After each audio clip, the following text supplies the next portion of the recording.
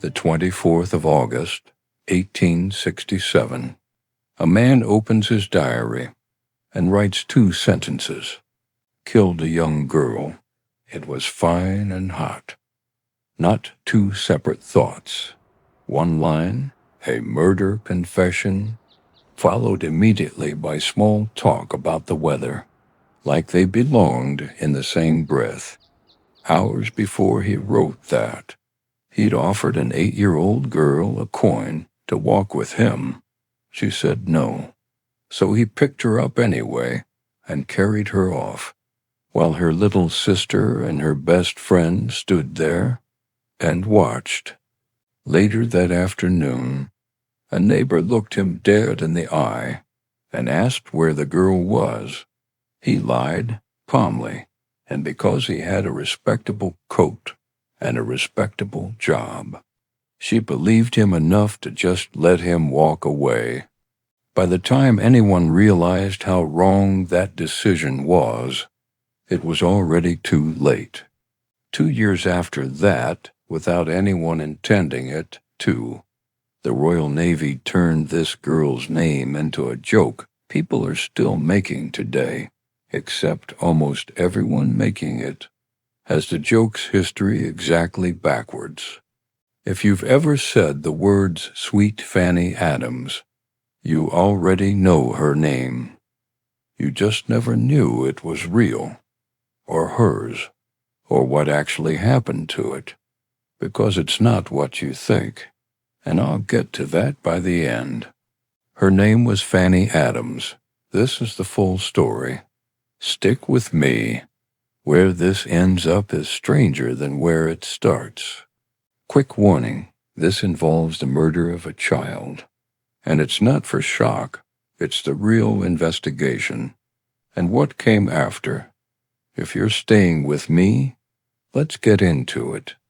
To understand why this happened the way it did, you need to understand the town first. Alton, Hampshire, a market town built almost entirely around hops and beer, fields of hop vines ringing the edges of town, 2 breweries running on the local water, and a population that felt almost frozen in time. Compared to a country industrializing itself half to death everywhere else. People here knew each other, actually knew each other, not the vague, nodding way small towns claim to, but in the sense that if a stranger walked down the high street, 3 different households would know his name by dinner. Nobody in Alton could remember a serious crime happening there. Not a murder, not an abduction, nothing, which is exactly why nobody was afraid to let their children out of their sight. George and Harriet Adams lived on Tanhouse Lane with their 6 children. George laid bricks for a local builder. Harriet took in the neighbor's laundry to help make ends meet.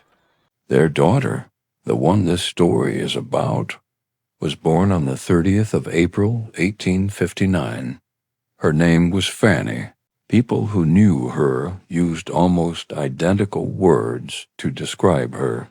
Tall for her age, sharp, strangely grown up in the way she talked to adults. People guessed she was 11 or 12 before they found out she was 8. 2 doors down lived her best friend, Minnie Warner, and the 2 of them were less like friends and more like sisters who happened to have different last names. Wherever Fanny went that summer, Minnie went too, usually. So did Fanny's younger sister, Lizzie. At the end of their lane was a stretch of open grass and riverbank called Flood Meadow, bordered by hop gardens that in a few weeks would be crawling with seasonal pickers. The girls had played there more times than anyone could count. It was close. It was safe. By every measure anyone in Alton had, it was completely unremarkable. The morning of Saturday, the 24th of August, 1867, was hot.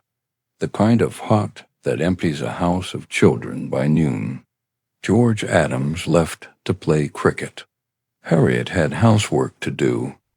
Around 1 o'clock, Fanny asked if Lizzie, and Minnie could go down to the meadow. Harriet said yes. Why wouldn't she? The man who approached the three girls that afternoon wasn't a stranger, not in the way we'd think of one today. His name was Frederick Baker, 29 years old, a clerk at a solicitor's office on the high street, a respectable, salaried, literate job that came with a black frock coat, a tall hat, and more importantly, automatic social trust. Baker had only lived in Alton about a year.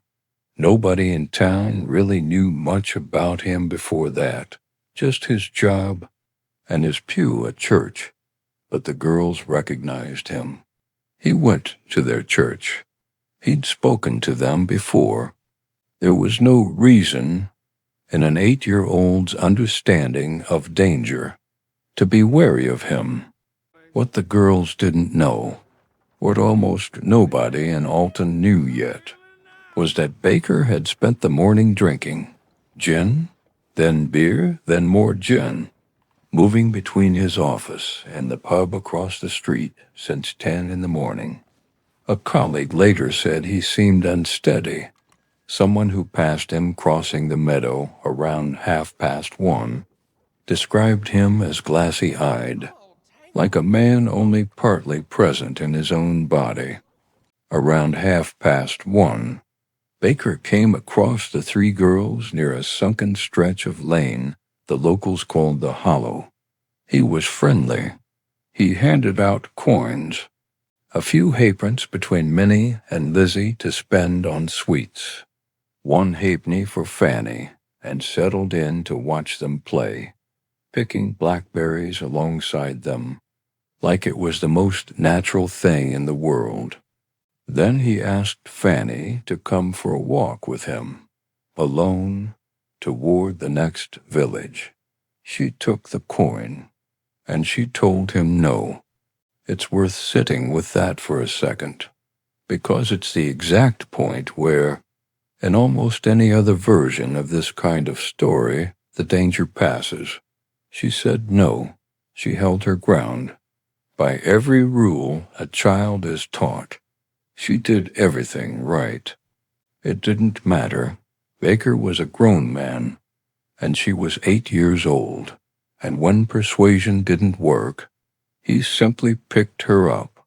He carried her into the hop garden, out of the meadow, out of sight of the lane, while Minnie and Lizzie stood there and watched it happen. Fanny called out that her mother would be looking for her, that she wanted to go home. Neither girl understood in that moment that anything was actually wrong.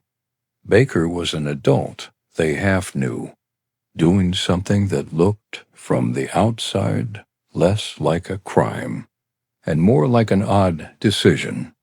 So they did what 2 young children with pocket money would do next. They went and bought sweets.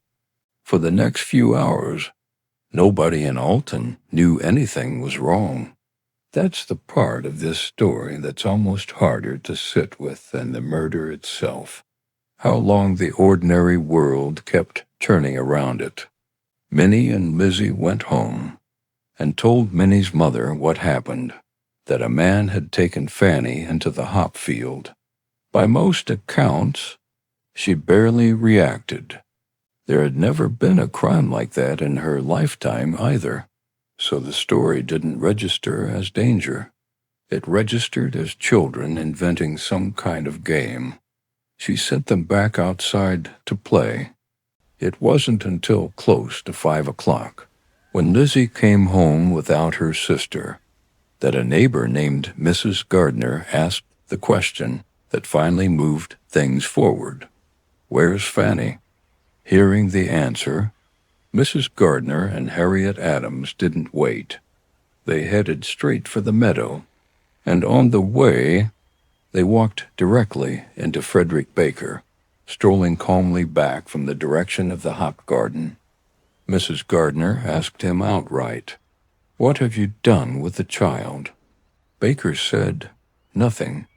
He told them he'd only given the children some money for sweeps, same as he often did, and that Fanny had wandered off happy and unharmed. When Mrs. Gardner told him she had a good mind to report him to the police, Baker didn't flinch. "You may do as you like," he told her, and turned to walk away. And here's the part of the story that every serious account of this case slows down for, because it's the hinge everything else swings on. They let him go, not because they were fooled exactly. More than one witness later admitted they weren't fully convinced. But Baker had a respectable coat, a respectable job, a calm, unbothered voice, the voice of a man with nothing to hide. In 1867, that combination bought a level of trust that a frightened 8-year-old story, relayed secondhand through her 7-year-old sister, simply couldn't outweigh. It's not only a Victorian problem, either. It's the same reason predators still gravitate toward jobs that come with automatic trust built in. The code changes with the century. The math doesn't. So the two women turned around and went home, telling themselves Fanny had probably wandered off somewhere nearby and would turn up before dark. She did not turn up before dark. By 7 that evening, with no sign of Fanny anywhere, a search party formed. Neighbors, family, anyone who could spare an hour, fanning out across the meadow and into the hop gardens with the last of the daylight. It was a laborer named Thomas Gates who found her. He'd fought in the Crimean War, survived the kind of combat that was supposed to have already shown him the worst a person could see. It hadn't. Propped across 2 hop poles, out in the open, was Fanny's head. That wasn't the worst of what Gates found. Scattered through the rest of the field was the rest of her, because Frederick Baker hadn't simply killed Fanny Adams in under an hour, using nothing more than 2 small pocket knives, and investigators believed one larger weapon that was never recovered. He had taken her apart and left what he'd done spread across open ground for whoever came looking next to find. One detail undid people more than any other. One of her small hands was found still closed around the coins Baker had given her that afternoon. She never let go of them. Gates didn't just report what he found. Witnesses said he collapsed where he stood. The news reached Harriet Adams before it reached her husband. She tried to run and tell him herself. George was still at his cricket match a few streets away, with no idea his daughter was already dead. But she collapsed from grief before she got there, and neighbors carried her the rest of the way home. When George finally heard, he didn't cry. He went inside, loaded his shotgun, and walked back out to find Frederick Baker himself. It took several neighbors physically holding on to him, to stop him, and they sat up with him through the entire night after, because nobody trusted him not to try again. By morning, hundreds of people had descended on the field. Some came to search, a disturbing number, by contemporary accounts, came simply to look, and to take pieces of the scene home as souvenirs. What remained of Fanny's body was gathered as it was found, and carried to the nearest pub, the leather bottle, which for one night became the closest thing Alton had to a morgue. What nobody has ever been able to explain. Not the police then, not anyone since. is why he arranged it the way he did. Hiding a body is one thing. Baker didn't hide anything. He put her head on display. Frederick Baker didn't run. Police found him that same night, still at the office, working unusually late, told he was a suspect. He answered with what became his pattern for the next several months: calm, total denial. "I know nothing about it," he said. Word had already spread through Alton, and a crowd was forming outside. The same instinct George Adams had, multiplied by a town. Police snuck him out the back to get him to the station safely. When they searched him, the case assembled itself fast. 2 small knives in his pockets, one with a faint smear of blood near the blade, his shirt cuffs stained, his trousers damp, clearly rinsed in a hurry.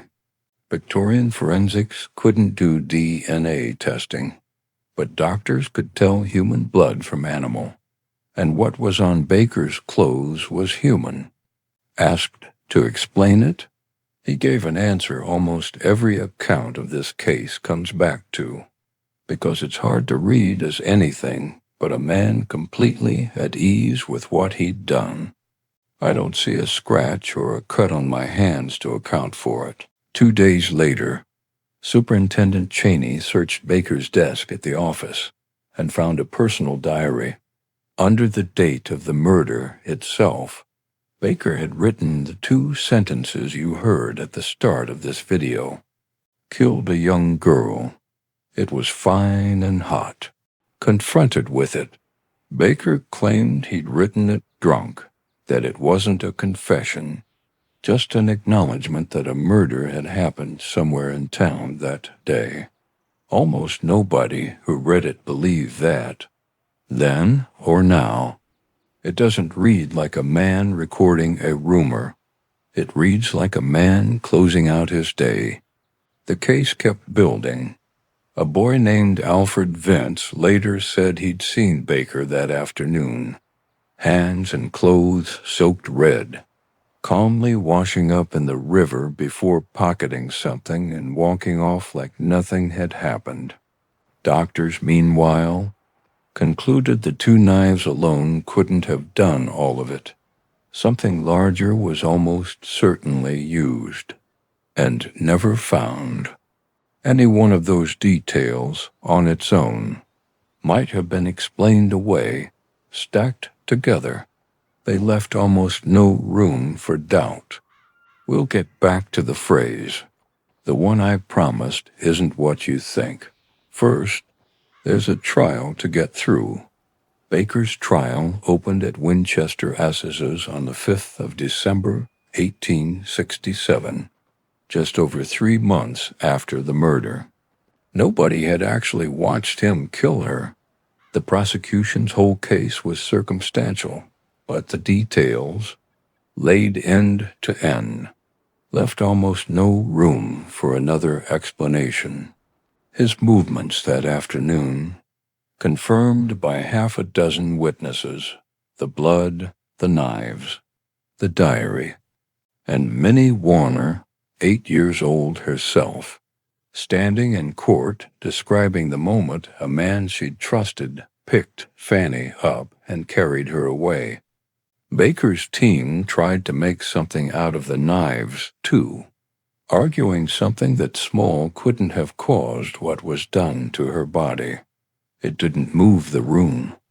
Beyond that, the defense didn't really contest that he'd done it. Instead, they argued he shouldn't be held responsible for it, because, they said, he was insane. And to be fair to them, they weren't inventing that from nothing. Baker's own father took the stand, described his son as always weak-minded and highly strung, and admitted he'd had violent impulses toward his own children, too. A cousin had been committed to an asylum 4 times. A sister had died young of what the family called brain fever. Baker himself had already tried to take his own life once, after a broken engagement. The judge even told the jury they were legally entitled to find him not responsible by reason of insanity. If the evidence supported it, they didn't take him up on it. After all of it, the witnesses, the forensics, the psychiatric history, the diary, the jury deliberated for 15 minutes, 15, then came back with a single word: guilty. Frederick Baker was sentenced to hang. Baker spent the following weeks in Winchester prison, waiting. Guards said something in him genuinely broke during that stretch. He could barely sleep, ate almost nothing, and reportedly flinched at the sight of meat on his plate. Then, oddly, once he was moved to the prison where the execution would actually take place, all of that vanished. He slept fine, he ate fine, he joked with the guards. In his final days, he wrote a letter to George and Harriet Adams. In it, he confessed fully, blamed the drink, said he'd lost control after Fanny wouldn't stop crying, and specifically, almost desperately, insisted he hadn't sexually assaulted her, whether that last part was true, or simply the one thing he couldn't stand to have people believe about him. Nobody can say for certain. On the morning of the 24th of December, 1867, Christmas Eve, Frederick Baker dressed carefully, ate a full breakfast, and was led out to a gallows built outside Winchester Prison. Close to 5,000 people had gathered to watch, many of them women, some arriving on early trains just for the occasion. Witnesses said he walked to the platform steadily, almost calm, and only started visibly shaking in the last few seconds, once the hood came down over his face, and he was left alone with it. It was the last public execution ever carried out at Winchester.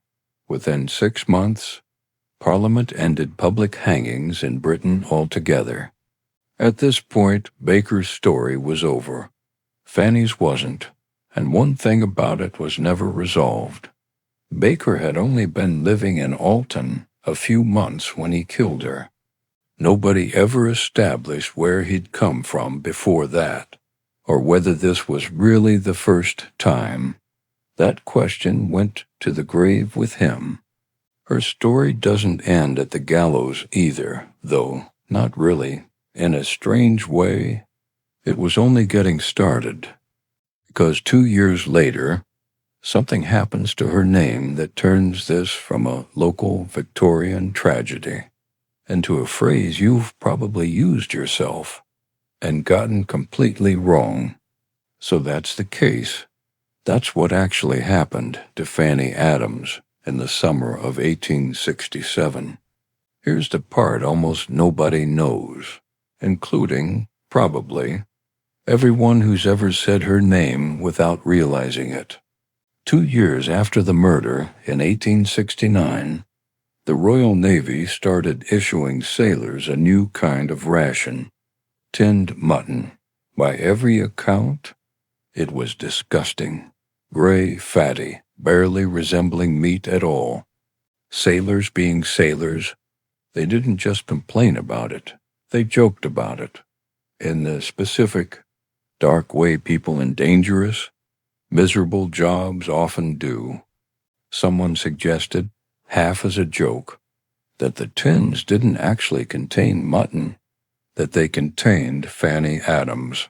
It caught on within a few years. Fanny Adams wasn't just a grim joke about bad rations anymore. Sailors started using the empty tins themselves as mess containers, and calling them fannies.